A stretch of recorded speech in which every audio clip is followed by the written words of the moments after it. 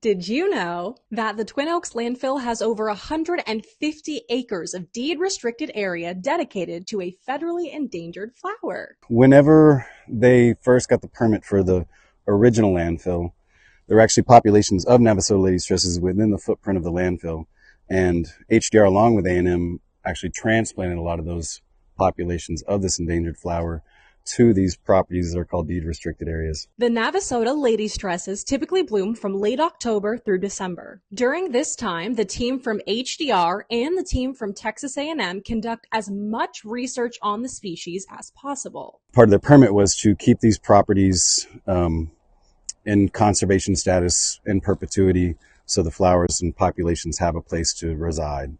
And we would basically go out every year along with A&M folks and monitor those populations, make sure they're doing well, make sure that the land is still supporting the populations. While Patterson is surveying, another group is gathering information.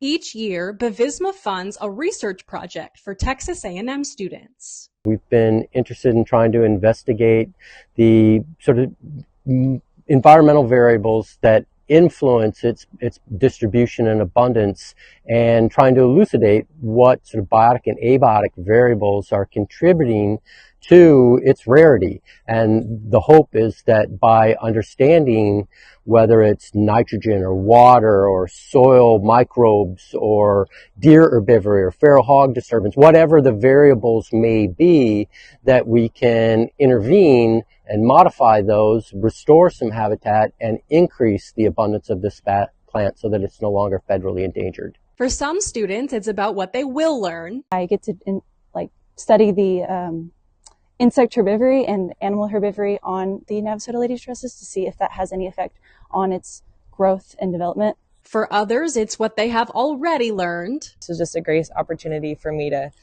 get out into the field, get my hands in the dirt, and actually apply some of these things that I've learned. And for the rest, it's about what they'll teach to others. It's a great chance for me to potentially decide if I want to do a PhD and get more experience in academia. Not only does this research benefit the students, the training that we've been able to provide them has really paid dividends to Texas in a broader circle and arc than many would understand or appreciate.